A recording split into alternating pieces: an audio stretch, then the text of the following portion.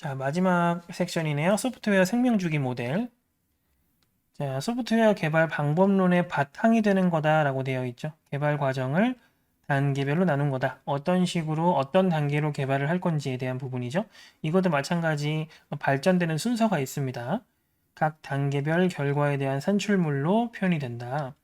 자, 수명주기, 소프트웨어 공학 패러다임이라고도 한다. 뭐 되어 있는데 똑같은 말입니다. 자, 어쨌든 그렇고 각각의 모델의 그 특징을 같이 한번 구분을 해보도록 할게요. 자, 폭포수 모델은 개발 이전 단계로 돌아갈 수 없다라는 게 가장 큰 포인트예요.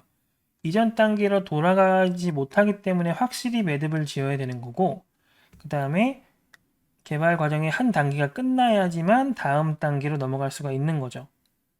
동시 병행이라든지 이 단계를 서로 병행할 수는 없다는 뜻이에요.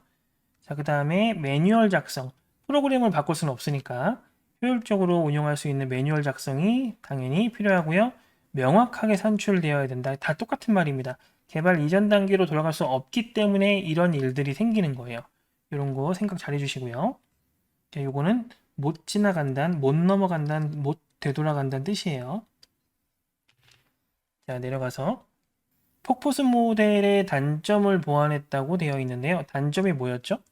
이전으로 되돌아갈 수가 없다는 얘기였어요. 그렇기 때문에 확실하게 뭔가를 적용을 해야 된다라는 형태로 아까 이야기를 했었었죠. 얘는 견본품을 만들어서 결과물을 예측할 수 있어요. 자, 아래쪽에 개발 프로세스를 보면서 이야기를 해보면 일단 요구 수집을 하고요. 설계를 빠르게 한 다음에 프로토타입을 구축해요. 프로토타입이라는 거는 디자인이라든지 이런 여러 가지 요소를 빼고 기능적인 부분만 확인할 수 있게 만들어내는 걸 이야기를 하는데요. 고객 평가를 일단 받아서 고객이 이건 이렇게 해서 저건 저렇게 바꿔주세요 하면은 그걸 조정해서 다시 단계를 반복한 다음에 다시 평가를 받고 이 단계를 여러 번 반복할 수가 있는 거예요. 자, 그래서 이거를 프로토타입 모델이라고 합니다. 자, 폭포수의 단점을 완벽하게 보완을 했다고 볼 수가 있죠. 내려가서 그 다음 거 볼게요. 자, 거의 끝났습니다. 좀만 힘내세요. 자, 나선형은 폭포수와 프로토타입의 장점에다가 위험 분석 기능을 추가했다라고 되어 있어요. 자, 보햄이 제안을 했다고 되어 있네요. 아까 보햄 잠깐 또 나왔었는데요. 자, 여러 번 개발을 거쳐서 점진적으로 완벽한 소프트웨어를 개발하는 거다. 자, 이거는 프로토타입도 가능하지만 얘는 위험 분석 기능이 추가됐다. 요 차이가 있죠. 자, 결함을 지속적으로 관리해서 결함을 최소화하는 걸 목적으로 한다라고 되어 있죠. 그리고 유지 보수 과정이 필요 없어요. 계속 완벽하게 만들어 가고 있는 도중인 거니까. 자, 그래서 이제 요구 분석을 하고 위험 분석을 하죠. 그 다음에 개발을 하고 평가를 하고 요구 분석하고 위험 분석을 합니다. 자, 요게 들어갔기 때문에 얘는 나선형인 거예요. 요 개발 프로세스 단계가 굉장히 중요하다라는 거 알고 계시면 되겠습니다. 자, 그리고 밑에 익숙한 단어가 하나 더 나왔네요. 자, 에자일 모델 나왔습니다. 그러면 요거 나와야 돼, 당연히. 유연하게 일정 주기를 반복하면서 요게 에자일의 핵심이에요. 그리고 특정 개발 모델이 아니라 고객과의 소통에 초점을 맞춘 모든 방법론을 다 그냥 에자일 모델이라고 해요. 유연한 건 다 에자일이다. 이렇게 알고 있으면 되겠습니다. 자, 에자일의 핵심 가치를 보면 이 유연성이랑 상통하는 말이 다 많아요. 절차보다 상호작용에, 문서보다는 소프트웨어 자체에, 계약 내용보다는 협업에, 계획을 따르기보다는 변화에 대응하는 거에 더 가치를 둔다. 어느 부분에 더 가치를 두는지, 유연성이라는 개념에 조금 더 가치를 둔다라는 거를 꼭 기억을 해 두셔야겠죠. 자, 그러면 이제 에자일 모델이 그때 여러 개 있었잖아요. XP도 있었고, 스크럼도 있었고, 뭐 칸반도 있었고, 그것 중에 몇 가지가 나와 있을 거예요. 같이 한번 볼게요. 자, 스크럼 모델입니다. 팀을 중심으로 진행을 합니다. 자, 스크럼의 가치 나와 있고요. 스크럼 모델 구성 총 3가지, 제품 책임자 PO, 스크럼 마스터 SM, 그 다음에 개발팀 DT. 어떻게 표현이 될지 몰라요. 자, 어쨌든 간에 이 3가지가 있는데 제품 책임자는 요구사항을 책임지고 결정하는 역할을 합니다. 그리고 백로그라는 데에다가 스토리를 작성할 수 있다. 갱신할 수 있다. 얘가 책임자니까 우리가 뭘 개발해야 되는지를 다 기록할 수 있다는 뜻이고요. 스크럼 마스터는 팀이 개발을 수행할 수 있도록 가이드 역할을 담당하는 애예요. 통제가 아니라 가이드 역할을 담당해야 된다. 그 다음에 1일 스크럼 회의를 주관할 수 있다. 그리고 문제가 되는 부분을 처리해 줘야 된다. 왜냐면은 개발을 잘 수행할 수 있도록 도와줘야 되니까. 자, 개발팀은 제품 책임자와 스크럼 마스터를 제외한 모든 인원을 개발팀이라고 한다. 라고 되어 있죠. 여기에 요소가 여러 가지가 있는데 개발 프로세스 한번 볼게요. 첫 번째로 제품 백로그. 자, 제품 개발에 필요한 유저 스토리를 우선순위에 따라서 나열할 목록이다. 이거를 제품 책임자가 작성을 하는데 유저 스토리가 요구사항이에요. 이렇게 기억을 하고 계시면 됩니다. 자, 그 다음에 스프린트 회의는 이 백로그 중에 특정 주기를 나눠서 개발을 쪼개서 할 건데 그걸 쪼개는 단위가 스프린트입니다. 그래서 이번 스프린트에서 수행할 작업을 대상으로 일정을 만드는 게 스프린트 계획 회의예요. 자, 처리할 요구사항을 개발자들이 나눠서 작업할 수 있도록 작업을 분리하는데 이 분리하는 단위가 태스크입니다. 자, 스프린트 백로그를 작성한다고 되어 있죠. 백로그는 전체고 스프린트 백로그는 해당 스프린트에서 충족해야 할 요구사항만 별도로 제작하는 거예요. 자, 스프린트는 실제 개발입니다. 2주에서 4주 정도 진행할 수 있게끔 쪼갠 거예요. 자, 여기서 작성된 태스크를 대상으로 작업 시간을 측정한 다음에 개발자에게 할당을 하고요. 그 다음에 이 태스크는 해야 될 일, 진행하고 있는 일, 완료된 일, 이 상태로 구성이 된다 라고 되어 있죠.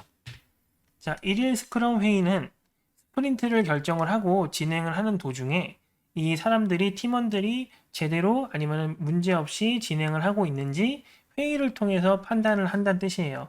짧은 시간 동안 소멸 차트를 통해 진행도를 점검하는 형태입니다. 이 오른쪽에 소멸 차트에 대한 개념이 나와 있죠. 어려운 개념은 아니니까 간단하게 보시면 될 것 같고요. 자, 스크럼 마스터는 이 소멸 차트라든지 회의를 통해서 발견된 장애 요소가 있으면 그거를 해결해 줘야 된다 라는 부분까지 기억을 하고 계시면 됩니다. 아직 좀 남았어요. 자, 스프린트가 끝나면 스프린트 검토 회의를 해야 되는데, 자, 사용자를 포함한 참석 인원 앞에서 부분 완성된 제품을 테스트하는 거예요. 그 다음에 테스트하면 피드백이 오겠죠. 그 피드백을 제품 책임자가 백로그에 반영을 한다 라는 거고요.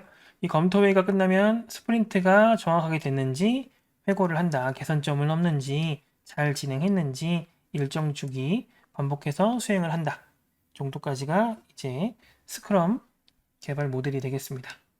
팀이 중요한 거고요. 자, 그 다음에 XP 모델에 대해서 이것도 마찬가지 에자일이에요. 자, 고객의 참여를 극대화한다.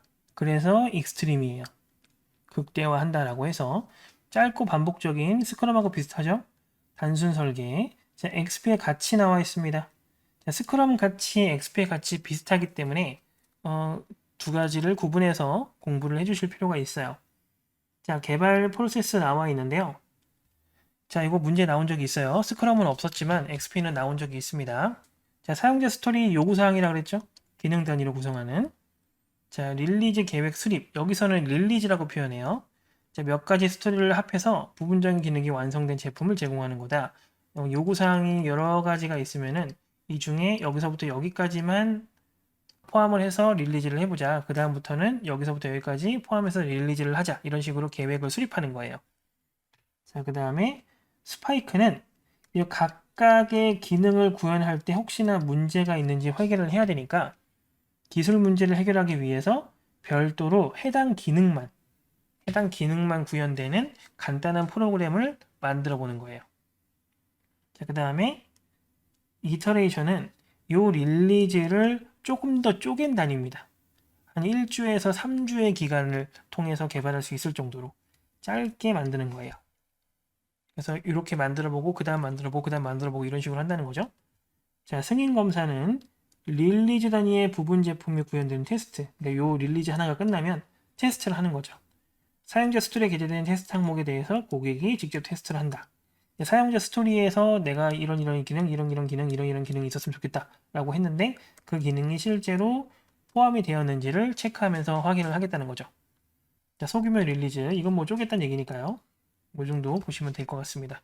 중요한 거는 뭐 요 정도가 되겠죠? 앞쪽 뒤쪽은 뭐 똑같은 얘기니까요. 자, 요게 문제 나온 적이 있어서 제가 지금 올려놨는데요. 자, XP의 기본 원리 12가지가 나와 있어요. 12가지가 이제 좀 더 세분화돼서 구분이 되어 있는데 사실 구분을 할 필요는 없습니다. 근데 실제로는 구분이 되어 있거든요. 그래서 제가 지금 구분을 해놨지만 항목만 알고 계시면 돼요. 요거, 요런 항목. 영어로 문제가 나온 적이 있는데 뭐 의미를 파악하는 데는 사실 크게 어려운 건 없어요. 자, 이렇게 총 12단어, 12개의 영어 단어를 외운다는 생각으로 접근을 하시면 좋을 것 같습니다. 이 정도만 볼게요. 읽어보시면 그렇게 어려운 단어가 아니니까요. 넘어갈게요.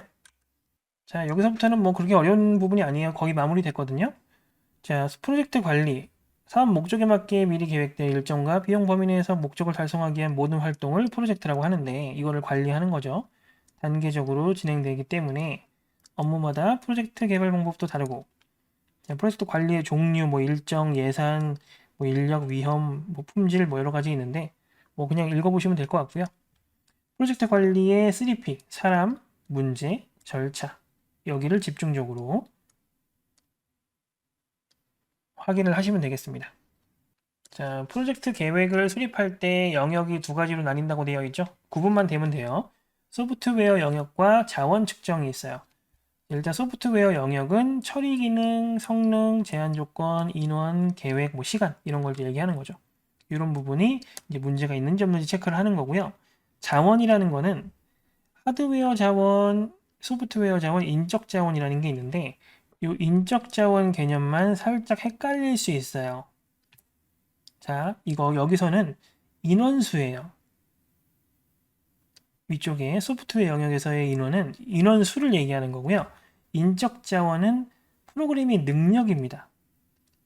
소프트웨어 자원도 마찬가지죠. 어떤 기능을 하는 소프트웨어가 있는지, 그 다음에 시스템도 마찬가지죠. 어떤 시스템, 어떤 기능을 구현할 수 있는 시스템이 있는지 이런 것들을 보는 거죠. 성능과 시스템 이런 걸 파악하는 거고 이제 위쪽에서는 기능, 성능 뭐 여러 가지 소프트웨어에 관련된 영역을 본다. 이렇게 기억을 하시면 되겠습니다. 자, 인적 자원이 두 가지로 분류가 되어 있죠. 문제 내기가 참 적절한 부분이라 한 번은 봐두고 넘어갈 필요가 있어요. 인적 자원은 두 가지 형태로 구성이 되는데 중앙 집중형, 그 다음에 분산형이 있습니다. 중앙 집중형은 1인 독재 체제고요. 분산형은 수평식이에요. 1인 독재는 소규모, 단기, 그 다음에 수평식은 장기의 대규모 두 가지가 서로 대치되죠. 자, 그래서 1인 독재는 이직률이 높아요. 그래서 소규모, 단기적인 형태로 진행을 하는 게 좋고요. 그다음 민주주의 같은 경우에는 이직률이 낮아요.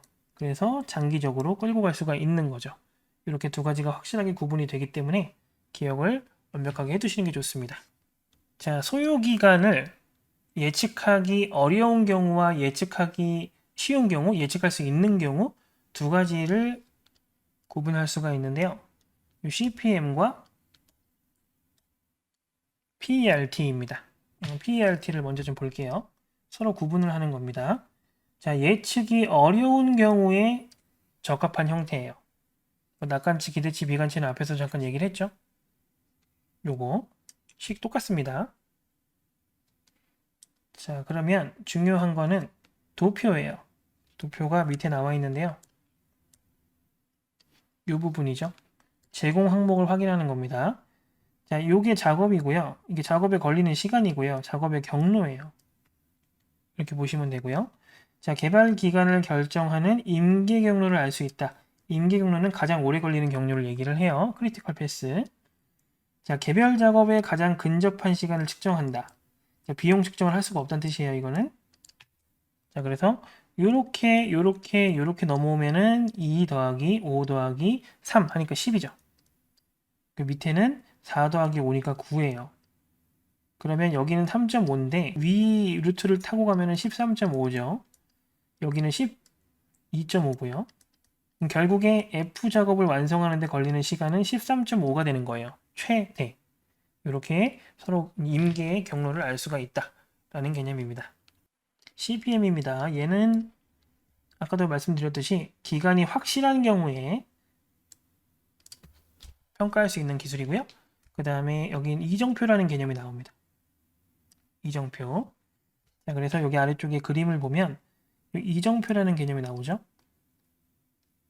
자, 이정표라는 거는 여기까지 오는데 며칠이 걸린다, 몇 시간이 걸린다라는 것들을 알려주는 거예요. 여기도 마찬가지죠.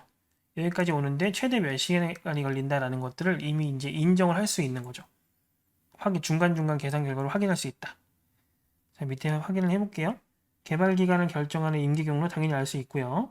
개별 작업에 가장 근접한 시간 측정할 수 있고 단계별 작업 간의 경계 시간도 계산할 수 있어요. 이게 이정표 때문에 가능한 겁니다.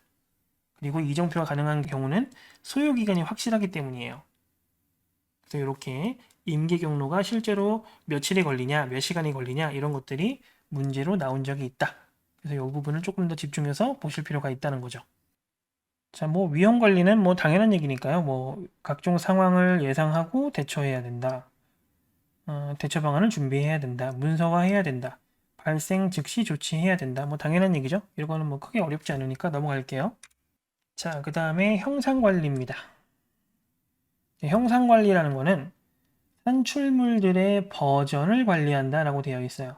산출물은 소프트웨어를 개발하면서 나오는 모든 결과물들을 얘기해요. 그래서 이 결과물들이 예를 들어 설계서가 있다고 하면 맨 처음 나온 설계서가 있고 그 다음 설계서, 그 다음 설계서 이런 것들이 있을 거 아니에요.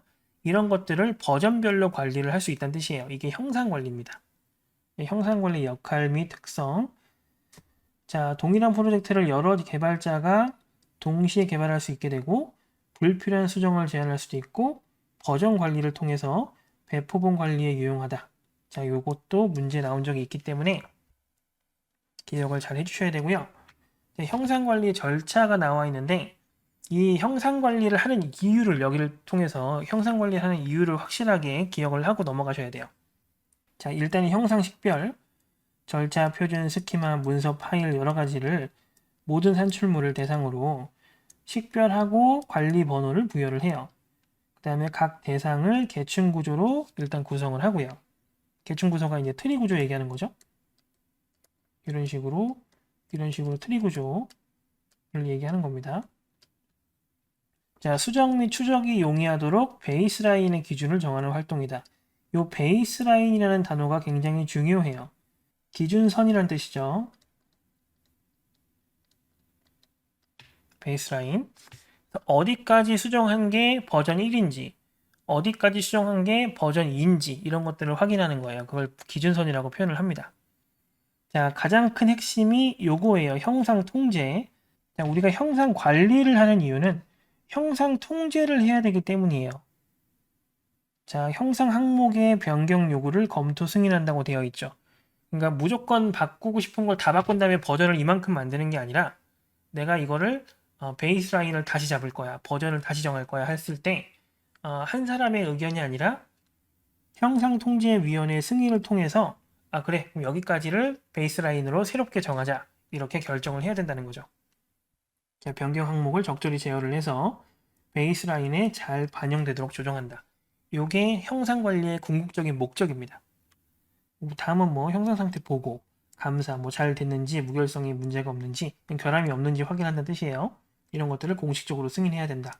검증을 해서 뭐 이런 얘기를 하고 있는 겁니다. 포인트는 이 형상 통제가 가장 큰 포인트다 라고 알고 계시면 되겠습니다.